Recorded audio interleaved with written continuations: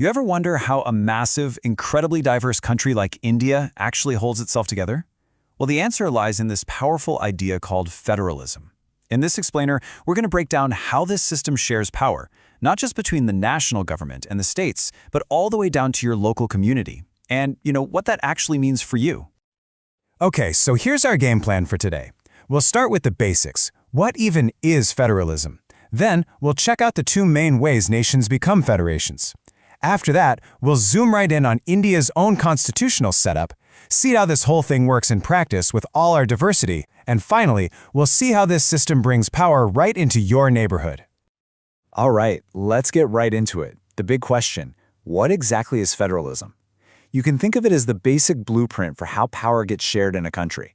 And getting this is really the key to understanding how many of the world's biggest democracies actually work. So the single most important thing to get about federalism is that power isn't all held in one place. Nope. Instead, it's divided up between different levels, or what we call tiers, of government. At its core, it's a power-sharing deal between a national government that handles the whole country and state governments that manage their own specific regions. This slide really shows you the difference, right? On one side, you've got the unitary system. Think of countries like France. There, the national government has pretty much all the power, and any regional governments have to do what they're told. But in a federal system like ours in India, the states aren't just following orders. They have their own real powers that are guaranteed by the Constitution itself. Now, for a federal system to really work, it needs to be built on a few key pillars, which you can see right here.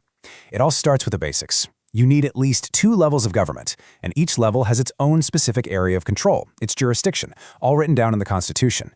This isn't just some casual agreement, it's the supreme law of the land. Then, you need some safeguards. To make sure one side can't just bully the other, big constitutional changes need both levels to agree, and you have courts to act as a neutral umpire if they disagree. And finally, you got to make it work financially. Each level needs its own source of money to be truly independent. When you have all these pieces in place, you can achieve the 2 big goals of federalism, keeping the country together while also celebrating all its different regional cultures. So how do these federal systems even start? They don't just pop up out of nowhere. Generally, countries follow one of 2 different paths to create a federation, and, the path they choose tells you a lot about what they're trying to achieve. Okay, the first way is called coming together. This is when a bunch of independent states decide to team up to form a bigger country, usually to be more secure. In this model, like in the USA, the states and the central government are pretty much equal partners. The second path is called holding together. This is what happens when a big, diverse country decides to divide its own power up between the national government and its regions. It's all about managing that internal diversity.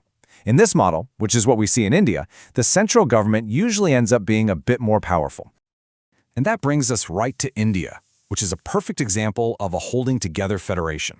So let's dig into the constitutional framework that makes this whole complex, power-sharing system tick. Now, here's a really cool detail. If you actually go and read the Indian Constitution, you will not find the word federation anywhere. Instead, Article 1 calls India a union of states. This phrase was picked on purpose to make it clear that the country is one single unit that can't be broken up. But make no mistake, the whole system of government is totally built on all those principles of federalism we've been talking about. To make sure there's no confusion or fighting, the Constitution lays out this super clear division of powers with a 3-list system. First, you have the Union List, which covers things of national importance, like defense and banking.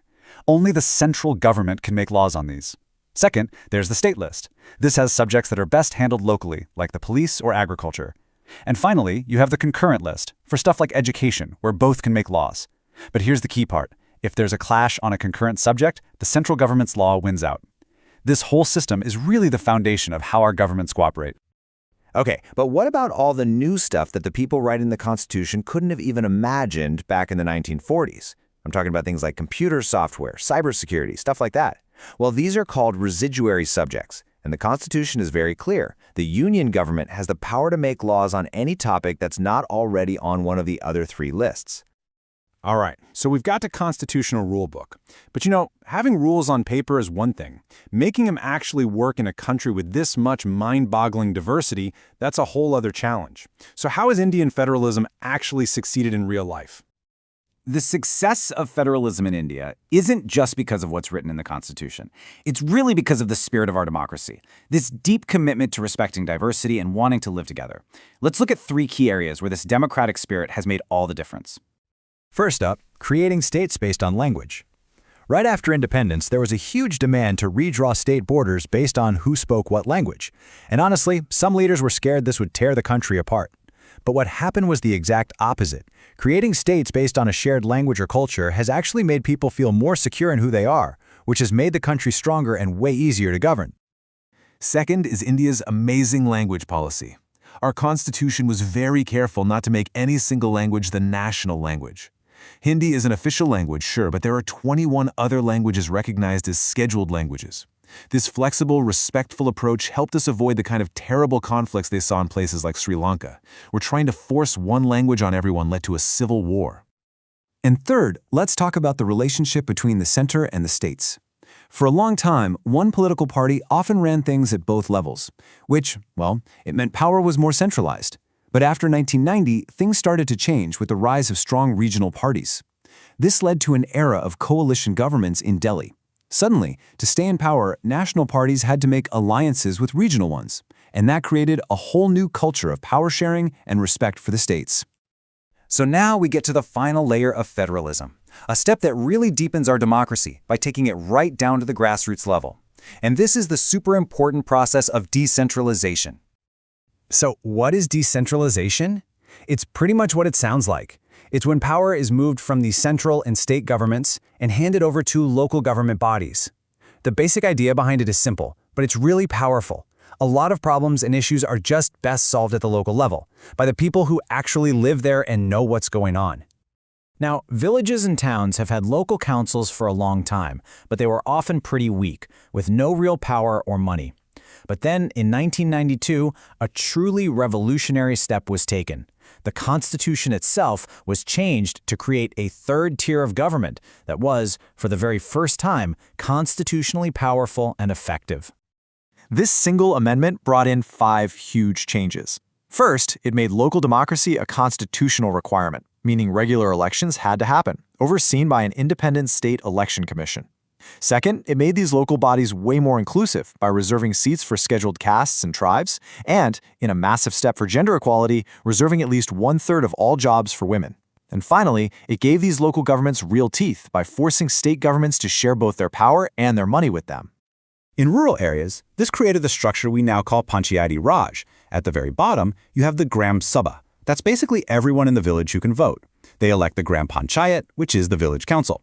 Then a few Gram Panchayats get together to form a Panchayat Samiti at the block level. And all the Panchayat Samitis in a district are part of the Zila Parishad, which is the top tier at the district level. You have a similar structure in cities with municipalities and municipal corporations. And the impact of this has just been incredible. This system of local self-government is the biggest experiment in democracy anywhere on Earth. Today, there are about 3.6 million elected representatives in these local bodies across India. I mean, that number is bigger than the entire population of many countries. It's truly taking democracy to its very roots. So, there you have it. From the halls of Parliament in New Delhi all the way to the Gram Sabha in the smallest village, federalism is like the invisible architecture that holds India together. It's a constant balancing act between unity and diversity, a system built to make sure that in a nation of over 1 billion voices, everyone gets a chance to be heard. And for all you students out there who want to dive deeper, go check out the link in the description. We've got some key questions there to help you test your understanding. Thanks for watching.